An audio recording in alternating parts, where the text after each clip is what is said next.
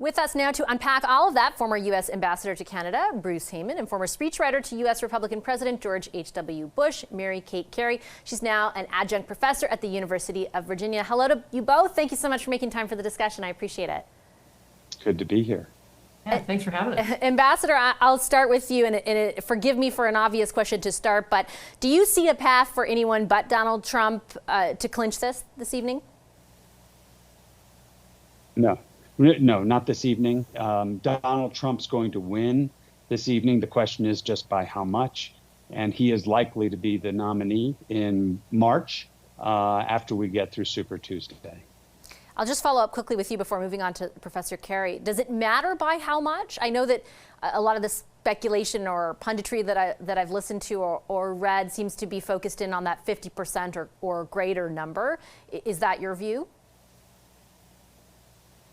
Look, it matters for the second place and third place finisher if they can still garner some money to keep some life in their campaigns and still move ahead. I think Nikki Haley is well financed and is playing for New Hampshire. And then, people are going to, oh my gosh, she may have won or close in New Hampshire. But the reality is Donald Trump is going to be the nominee and Joe Biden is going to be the nominee. And that's what we're looking at for this year. Do you think that is a certainty on the GOP side, Professor Cary, that this is a guarantee for Donald Trump at this point? Well, if you look at the polls, that certainly looks that way. But you never know in politics. Ever since 2016, it's getting more and more risky to make predictions. And certainly this massive snowstorm and 30 below zero could throw a wrench in things. One thing that happens in Iowa is, unlike, say, here in Virginia where I vote, you can only go to the caucuses at a specified hour tonight. You don't have the ability to vote all day, or on the Democratic side in Iowa, you've been able to vote for several weeks now online. And the Republicans tonight do not have that luxury.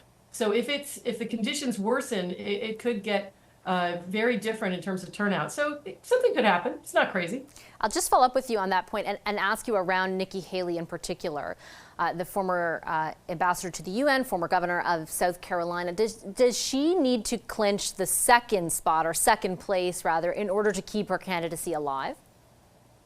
It certainly would make her life a lot easier if she did. I would say the bar is higher for Ron DeSantis, because Haley is leading in New Hampshire, where we go next week.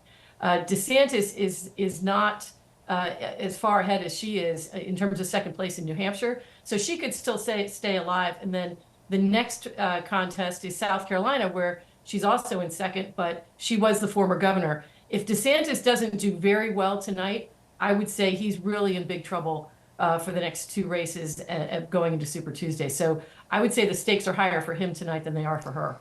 Ambassador Heyman, I wanted to ask you about something that we heard from Nikki Haley in particular a little earlier that I've seen borne out through polling in the aggregate as well. And that is the point that she's tried to make to Republican voters, that if there were a general election, she would beat Joe Biden by the widest margin of all the people running currently to be the Republican nominee. Why do you think that has failed to resonate with GOP voters so far? So you have to win in the Republican race before you can go into the general. And the fight there is against the MAGA supporters. And the challenge is that the party's been taken over pretty much by the disciples of Donald Trump. They're all now trying to get the MAGA base that is taken hold of the party that they're members of.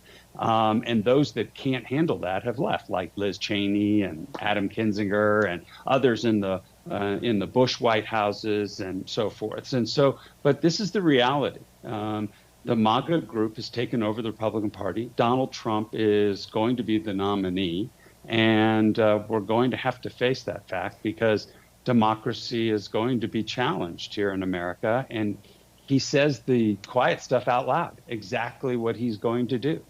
Deport people, become a dictator overnight, have retribution against the people who are competing against him, both within the Republican Party and the Democratic Party. And so, we've got to do everything we can to not let Donald Trump be president. And that's why Nikki Haley looks like she's surfacing among general election voters as being somewhat appealing. is that everybody is hoping in the general election, independents, Democrats, and what I would call core old school Republicans don't want Donald Trump. But that's where we are. Professor Cary, what are your thoughts on why her message thus far, that pragmatic aspect of her message, is not yet resonating? Well, I think she's certainly gaining speed. She's moving up in the polls, certainly more than DeSantis is. And I think it's a matter of time. If you look at the numbers that just came out from Pew and Gallup, the number of Americans who self-identify as independent voters is far higher than anybody identifying as either Republican or Democrat. 23%, I think it is, of the voters identify each Republican and Democrat. 45%, I believe it is, identify as independents. And she wins the independent vote hands down over Biden by, I think, about a 20-point margin, way more than Donald Trump does. Donald Trump and Biden need each other more than anybody else does. They're within a point of each other back and forth in the general election matchups. Nikki Haley is in a whole different ballpark. So I think that's going to start gaining more and more momentum, especially in primaries where independents can vote, which is the case here in Iowa. And so I think there's a lot of momentum that is potentially going her way. And I'm not ready to give up yet that it's definitely going to be Donald Trump. We'll see. Stranger things have happened in American politics. Well, you said it right off the top. Weird things and anything can happen in politics.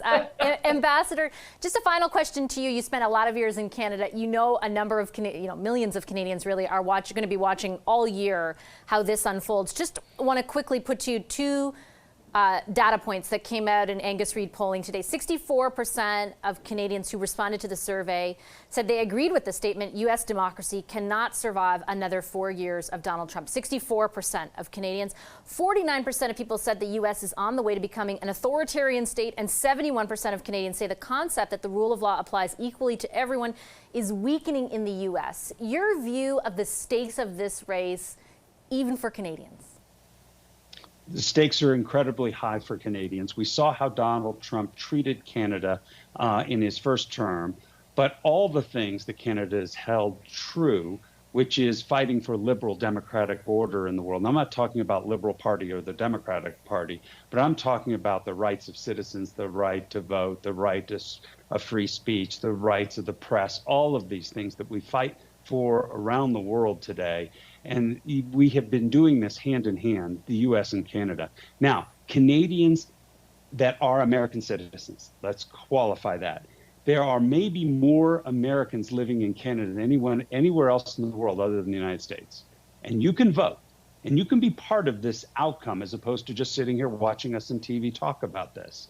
And you go to votefromabroad.org, register to vote, and you can vote this year and be part of the process. And while I'm supporting Joe Biden, I'm supporting democracy in our country.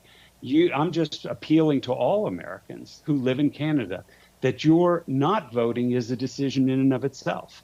And being part of this outcome will be really important going forward, especially the swing states like Michigan, Wisconsin, Pennsylvania, et cetera. A lot of Americans in Canada are from those states and can participate in this election. A reminder that we're just at the start of this process this year. I hope we can reconvene at another date to unpack the latest developments in this race. I appreciate both of you making the time for the discussion and your analysis and insights this evening. Thank you so much, Professor Cary and Ambassador Heyman. Pleasure. Be well.